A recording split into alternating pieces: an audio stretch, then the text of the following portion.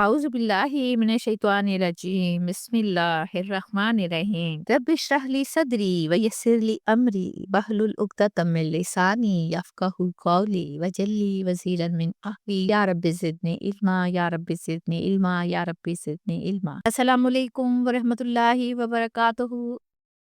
اللہ کا شکر ہے ہم خیریت سے ہیں، آپ بھی خیریت سے ہوں گے۔ اللہ تعالیٰ آپ کو اپنے حفظ و امان میں رکھے، آپ کے لیے آسانیاں فراہم کرے اور آپ میں سے داعی دین پیدا کرے، آمین ثم آمین۔ آئیے دیکھتے ہیں پچھلے لیسن کو۔ پچھلی آیات میں اللہ تعالیٰ نے مسجد قباء کی طرف اشارہ کرتے ہوئے فرمایا کہ تقوی کی بنیاد پر قائم ہوئی ہے اور بری نیت سے آباد کی گئی مسجد یا کوئی عمارت انسان کے دل کو سکون نہیں دیتی جیسا کہ مسجد ضرار کو بنایا گیا، بلکہ بے چینی اور مسلسل عذاب بن کر پیچھا کرتی ہے۔ اور جانثار مومنوں کے اعمال کو اللہ تعالیٰ نے جنت کے بدلے خرید لیا ہے۔ آج ہم پڑھیں گے سورۃ التوبہ کی آیت نمبر 112۔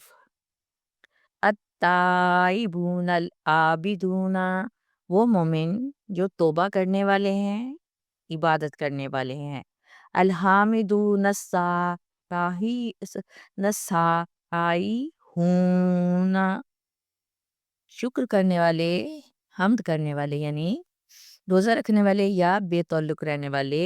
الراکعون الساجدون، رکوع کرنے والے، سجدہ کرنے والے۔ الآمرون بالمعروف، حکم دینے والے نیکی کا۔ والناہون عن المنکر، اور روکنے والے برائی سے۔ والحافظون، اور حفاظت کرنے والے۔ لحدود اللہ، اللہ کی حدود کی۔ وبشر المؤمنین، اور خوشخبری سنا دیجئے ایمان والوں کو۔ یہ کون سے ایمان والے ہیں؟ جن کے لیے اللہ تعالیٰ نے، جن کے اعمال کو اللہ تعالیٰ نے جنت کے بدلے خرید لیا ہے۔ یہ آیت بھی پچھلی آیت کا تسلسل ہو گئی، جہاں اللہ تعالیٰ نے فرمایا کہ اس نے مومنوں سے جان و مال خرید لیا ہے۔ اب یہاں اس آیت میں ان لوگوں کی تفصیل بیان کی جا رہی ہے جو اس سودے کے اہل ہیں۔ سب سے پہلے توبہ کرنے والوں کی بات ہو رہی ہے، یعنی وہ لوگ جو گناہوں پر نادم ہو کر اللہ تعالیٰ سے رجوع کرتے ہیں۔ انسان ہے نا، غلطی ہو جاتی ہے، سب سے بڑی بات ہے کہ اس غلطی کو محسوس کرنا، ندامت میں آ جانا اور اللہ تعالیٰ سے رجوع کر کے معافی مانگ لینا، سب کچھ ٹھیک ہو جاتا ہے اور دل سے اللہ کی طرف پلٹ آتے ہیں۔ دوسرے وہ لوگ جو اللہ کی عبادت میں دل لگاتے ہیں، یعنی نماز، ذکر، دعا اور اطاعت میں مصروف رہتے ہیں، وہ صرف کس کے لیے ہی کام کرتے ہیں؟ اللہ کی رضا کے لیے کرتے ہیں۔ حمد کرنے والے یعنی شکر ادا کرنے والے، خوشی میں بھی اور غم میں بھی، ان کے دل ہمیشہ الحمدللہ سے آباد رہتے ہیں۔ السائحون سے مراد روزے رکھنے والے اور بے تعلق رہنے والے، مطلب یہ کہ ہر مزے کی غذا اور خوراک کو اللہ کی رضا کے لیے چھوڑ دینے والے، کیونکہ روزہ انسان کو اللہ سے کاٹ کر کیونکہ روزہ انسان کو اللہ سے جوڑتا ہے۔ یا وہ لوگ جو اللہ کی راہ میں نکلتے ہیں، یعنی علم، دعوت اور تبلیغ کے لیے سفر کرتے ہیں۔ پھر رکوع کرنے والوں کا ذکر آتا ہے، یعنی وہ لوگ جو عاجزی سے اللہ کے سامنے جھک جاتے ہیں، جن کے دلوں میں خشوع و خضوع ہوتا ہے۔ پھر سجدہ کرنے والوں کی بات ہو رہی ہے۔ یہ کون لوگ ہیں؟ یہ بھی آپ کو پتہ ہے، سجدہ اللہ کے سامنے مکمل جھکنے کی علامت ہے نا۔ یہ لوگ صرف ظاہری سجدہ نہیں کرتے بلکہ دل سے بھی جھکے ہوتے ہیں، روح سے بھی جھکے ہوتے ہیں۔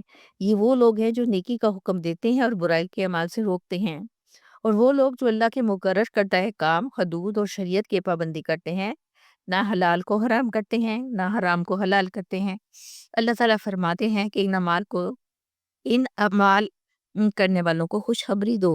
کس کی خوشخبری؟ جنت کی، اللہ کی رضا کی، ابدی کامیابی کی۔ جو یہ کر گزرتا ہے وہی حقیقی مومن ہے۔ سورۃ التوبہ کی آیت نمبر 130 پڑھتے ہیں۔ ما کانا لنبی، نہیں ہے مناسب نبی کے لیے، والذین آمنوا، اور نہ ان لوگوں کے لیے جو ایمان لائے، ان یستغفروا، کہ وہ بخشش طلب کریں، للمشرکین، مشرکوں کے لیے، ولو کانوا، اور اگرچہ وہ ہوں، اولی قربا، قرابت والے، من بعد، اس کے بعد، ما تبین لہم، کے بعد خوب واضح ہو گیا ان کے لیے، انہم، کہ بے شک وہ اصحاب الجحیم دوزخ والے ہیں۔ استغفر اللہ۔ اس آیت میں حضرت ابراہیم علیہ السلام اور حضرت محمد صلی اللہ علیہ وآلہ وسلم کا ذکر مبارک بیان کیا گیا ہے۔ اب روایات کے مطابق جب آپ کے چچا حضرت ابو طالب کا انتقال ہو گیا تو آپ نے فرمایا کہ میں تمہارے یہ ضرور استغفار کروں گا جب تک اللہ مجھے منع نہ کر دے۔ تب یہ آیت نازل ہوئی اور فرمایا گیا مشرک کے لیے مغفرت کی دعا مانگنا جائز نہیں۔ اسی طرح حضرت ابراہیم علیہ السلام نے بھی اپنے والد کے لیے مغفرت کی دعا کی تھی، لیکن جب ظاہر ہو گیا کہ وہ ایمان نہیں لانے والے تو انہوں نے اسے بیزاری کا اظہار کیا۔ اللہ تعالیٰ فرماتے ہیں کہ مومنین جب جان و مال سے اللہ کے ہاتھوں بے ہو چکے یعنی کہ خریدے جا چکے تو ضروری ہے کہ تنہا اسی کے ہو کر رہیں۔ ان میں جن لوگوں کا دشمن خدا ہونا یا جہنمی ہونا معلوم ہو چکا ہو ان سے محبت اور مہربانی کا واسطہ نہ رہیں، یہیں دل سے روح سے اللہ کے یہی ہو جائیں، اللہ تعالیٰ سے ہی راضی ہو جائیں۔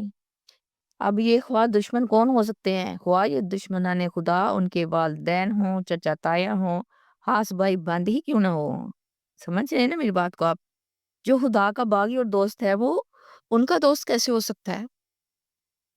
بس جس شخص کی بابت پتہ چل جائے کہ بالیقینی یہ دوزخی ہے، خواہ وہی الہی کے ذریعے سے ہو یا اس طرح اگر اعلانیہ ہو، کفر و شرک پر اس کی موت آ گئی ہو تو اس کے حق میں استغفار اور بخشش مانگنا ممنوع ہے۔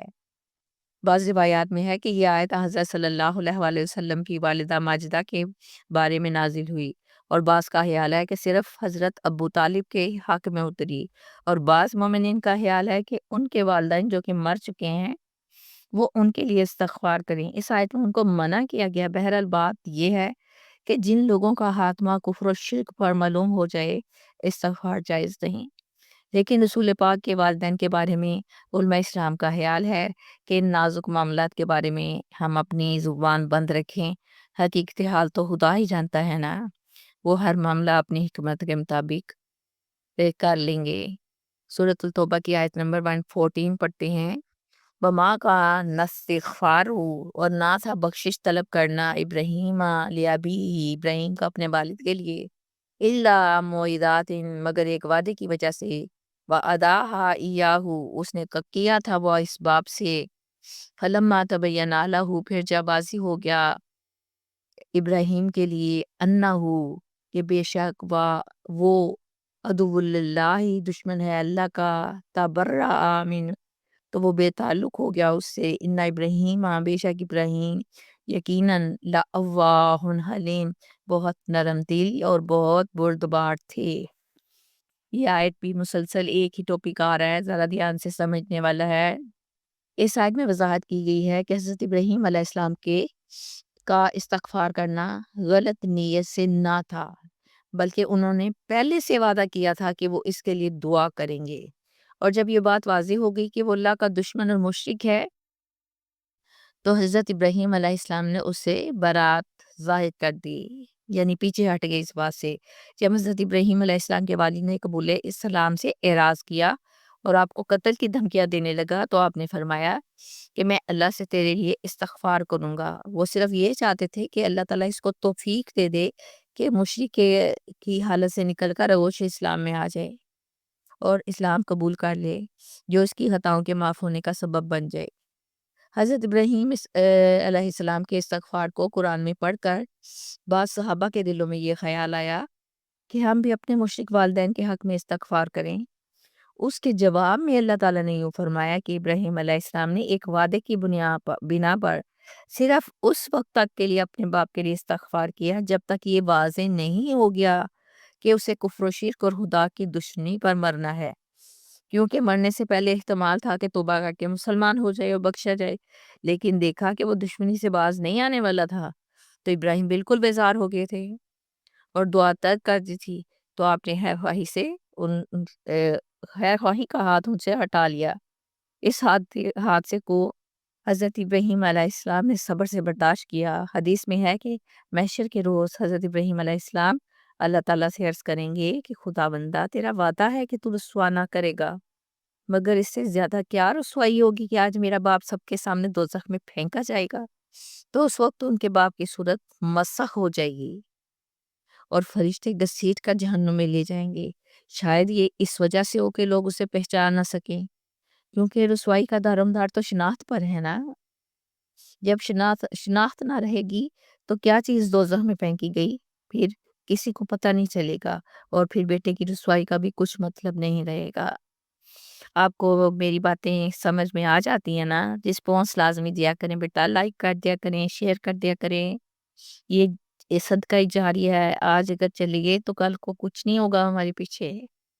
میری آواز میں نے آج بازار کا چکر لگایا ہے، شالمی سائڈ کا، اور بس وہاں پولیوشن کا یہ عالم تھا کہ میرا گلا کام نہیں کر رہا، تو لیکن میں نہیں سمجھتی کہ مجھے کوئی چھٹی چاہیے، مجھے کوئی ایسا کام چاہیے کہ میں تھوڑا ریسٹ کر لوں۔ نہیں، ایسی کوئی بات نہیں ہے، آپ صرف برداشت کر لیا کریں، میں ہر حال میں کرنے کو تیار ہوں۔ انشاءاللہ پھر ملیں گے اس کے ساتھ۔